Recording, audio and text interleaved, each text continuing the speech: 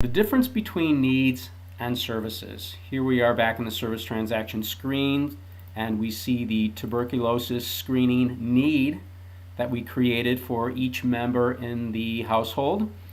We'll click on the pencil next to the need to get into the details.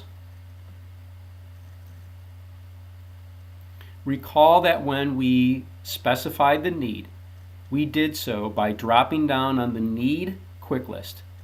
And we see all of the needs in the need quick list, and the need that we chose was down here at the bottom, tuberculosis screening. Now let's move over to the service area. It has an area also where you specify the service, and it also has a quick list, but it is a service quick list.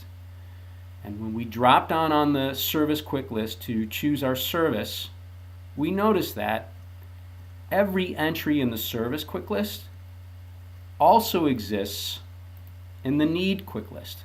So the entries in the need quick list and the entries in the service quick list are exactly the same. For example, here's tuberculosis screening at the bottom of the service quick list. So what's going on here?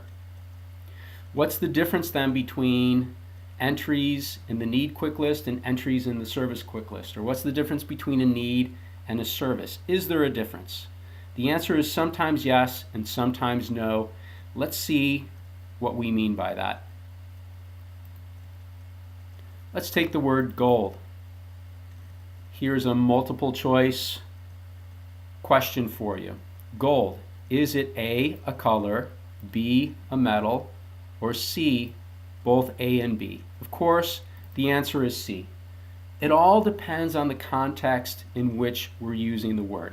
Sometimes we refer to gold as a color, and sometimes we refer to gold as a metal. Now let's take tuberculosis screening. Is it A, a need, B, a service, or C, both A and B? And again, the answer is C.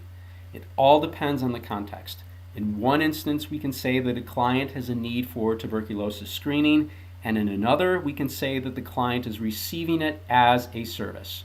And that is why we see the same entries in the need quick list as we do in the service quick list. And that concludes the difference and similarity between needs and services.